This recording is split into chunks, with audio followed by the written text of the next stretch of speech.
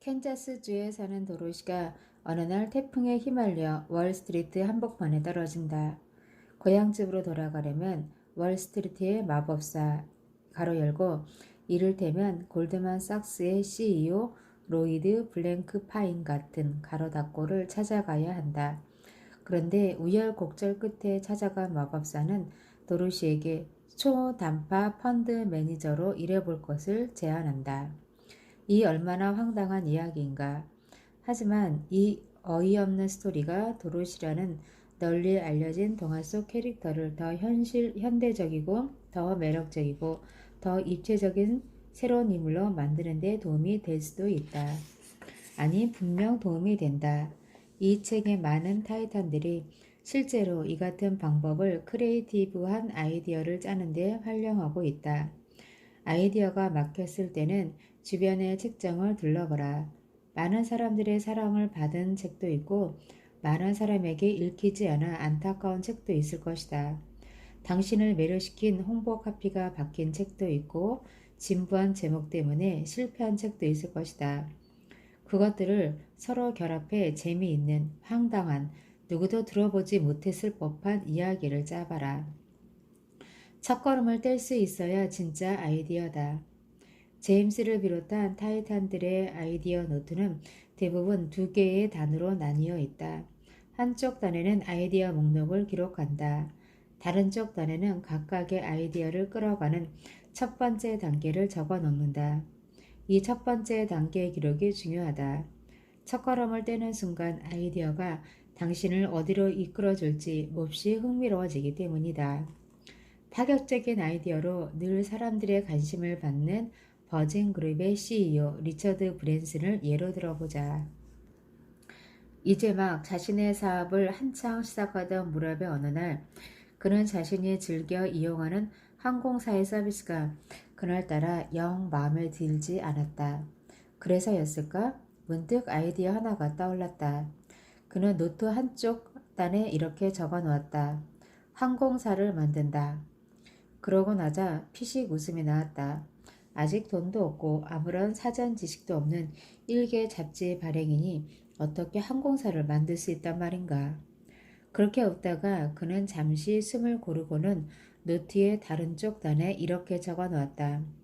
보잉사를 찾아간다. 내가 임대할 수 있는 비행기가 있는지 알아본다. 와우! 리차드는 진짜 보잉사를 찾아가고 항공기 2대를 임대하는 거래를 성사시켰다. 그리고 이것이 곧 보통 사람은 꿈도 꾸지 못했을 버진 항공의 첫걸음이었다. 제임스는 이렇게 말했다. 첫걸음을 떼는 게 너무 힘들게 느껴지는 아이디어는 버려라. 그건 갖고 있을수록 계속 머릿속만 복잡해진다. 아이디어는 무조건 많아야 하고 아이디어의 실행 플랜은 무조건 간단해야 한다. 좋은 아이디어를 떠올린다는 것은 모두 연습일 뿐이다. 많은 걸 떠올리고 많은 걸 버려라. 폐기하라. 안 되는 걸 끌어안고 평생을 쓰는 사람이 얼마나 많은지 알면 진짜 깜짝 놀랄 것이다. 몇 년 전 나는 와이어드에서 주최한 컨퍼런스에 참석한 적이 있다. 그 자리엔 내노라 하는 독창적 사상가와 인물들이 모여들었다. 그들 중 플라톤이라는 사진작가의 강연이 가장 인상 깊었다. 그는 이렇게 말했다.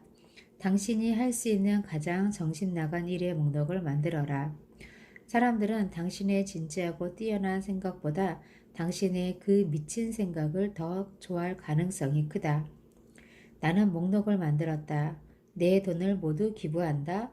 전 세계 서점에 진열된 내 책을 모두 사들인다. 6개월 동안 인터넷 접속을 완전히 끊는다. 그러다가 점점 황당하고 터무니없는 아이디어의 영역으로 빠져들어갔다. 내 양말을 절단한다에까지 이르렀지만 목록은 점점 불어났다. 그 중에는 창업한 회사를 떠나 무기한 방학 갖기도 포함되었다. CEO인 내가 무기한 방학? 그러면 100% 회사는 망할 터였다. 하지만 이것은 마침내 최근 5년 사이에 내가 생각해낸 가장 중요한 아이디어 가운데 하나가 되었다. 타이탄들이 추천하는 매일 10개 아이디어 만들기 연습. 세스와 제임스를 비롯한 타이탄들은 강조했다. 당신이 떠올릴 수 있는 근사한 사업 아이디어는 1년에 몇 개 안 될 것이다. 중요한 건 재미다. 돈이 될 만한 게 아니라 흥미를 자극할 만한 아이디어를 최대한 작성해야 한다. 이 책의 타이탄들이 추천하는 아이디어 작성 목록은 다음과 같다. 내가 새롭게 만들 수 있는 낡은 아이디어 10가지. 내가 직접 발명할 수 있는 우스꽝스러운 물건 10가지. 가로 열고 인공지능 변기 같은 가로 닫고. 내가 쓸 수 있는 10권의 책. 구글, 아마존, 트위터 등을 이용한 사업 아이디어 10가지. 내가 아이디어를 보낼 수 있는 사람 10명. 내가 촬영할 수 있는 팟캐스트나 동영상 아이디어 10가지. 중간 상인을 없앨 수 있는 업계 10곳. 다른 사람들은 종교처럼 떠받들지만 나는 동의하지 않는 10가지 물건. 가로 열고 브랜드, 가로 닫고 이나 가치, 가로 열고 대학 진학, 내 집 마련, 메이저리그, 스마트폰 등 가로 닫고. 내가 예전에 쓴 짧은 메모나 게시물을 이용해 돈을 벌 수 있는 10가지 방법. 친구가 되고 싶은 전혀 모르는 사람 10명, 가로 열고. 그런 다음 그들과 연락하는 첫 번째 단계가 무엇일지 모색한다, 가로 닫고. 어제 배운 건 10가지, 오늘 평소와 다르게 할 수 있는 일 10가지, 시간을 절약할 수 있는 10가지 방법. 전혀 다른 이야기를 찾아내라. 결국 모든 아이디어는 이야기를 위해 존재한다. 큰 성공을 거둔 인물들의 공통점 하나는 많은 사람들을 사로잡는 매력적인 이야기를 가졌다는 것이다. 아이디어는 이야기의 입구와도 같다. 세스 고디는 이렇게 말했다. 우리는 잠잘 곳도 먹을 것도 풍부한 곳에 사는데 자꾸만 잘못된 것들을 떠올리는 악순환에 빠지곤 한다.